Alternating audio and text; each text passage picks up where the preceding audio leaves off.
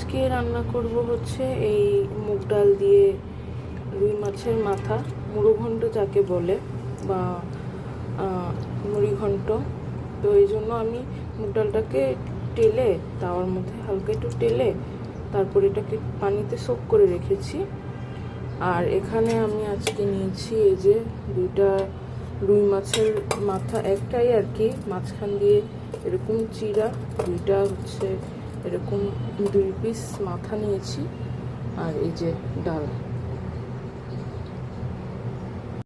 এখানে আমি মাছের মাথা দুটোকে ভেজে রেখেছি একটু হলুদ, লবণ, ধনিয়া গুঁড়া আর মরিচ গুঁড়া দিয়ে। আর এখানে কিছু পেঁয়াজকে বেরেস্তার মতো করে রেখেছি ফিনিশিংয়ে অ্যাড করার জন্য।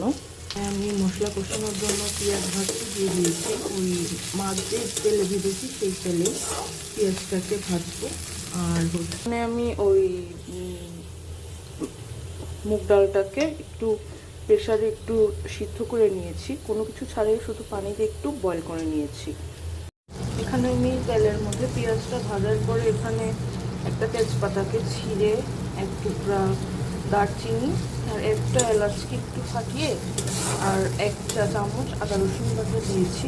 এখন আমি এটাকে একটু আদা রসুনটাকে একটু স্মেল দূর হওয়ার জন্য একটু এভাবে তেলের উপরে একটু পানি দিয়ে একটু কষাবো, যেন একটু তেলের আদা রসুনের গন্ধটা একটু কমে যায়। এখানে আমি গুঁড়া মশলাগুলো দিয়ে দিয়েছি, হলুদ গুঁড়া, মরিচ গুঁড়া, ধনিয়া গুঁড়া, জিরা গুঁড়া আর হচ্ছে লবণ। এখন এটাকে আমি তেলের উপরে ভালো করে কষাতে থাকবো।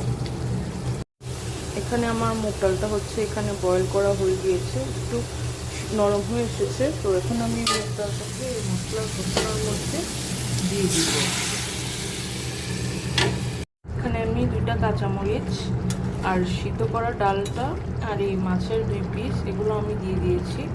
এখন এটা হচ্ছে মশলার উপরে যতক্ষণ কষতে সময় লাগে ততক্ষণই, কারণ ডাল আর মাছ সম্পূর্ণটাই হচ্ছে মোটামুটি হওয়া, সেজন্য বেশি সময় লাগবে না আমার। এটা এখন যতক্ষণ হতে সময় লাগবে ততক্ষণ। এরপরে নামানোর আগে, আমার কাছে ধনিয়া পাতা নেই, এজন্য আমি নামানোর আগে এখানে হচ্ছে পেঁয়াজ বেরেস্তাটা দিয়ে দিব। আমি এখানে একটু রাঁধুনি গুঁড়া দিয়ে দিয়েছি, স্মেলটা যত সুন্দর আসে এই জন্য রাঁধুনি গুঁড়া। আর এখানে সার্ভ করার আগে একটু ঘি দিয়ে দিতে হবে, 1 চামচের মতো ঘি দিয়ে দিতে হবে। এই যে আমাদের মুড়ো ঘন্ট হয়ে গিয়েছে, আমি উপরে হালকা করে একটু ঘি দিয়ে দিয়েছি, তেলটা এই যে ঘিটা ভাসছে।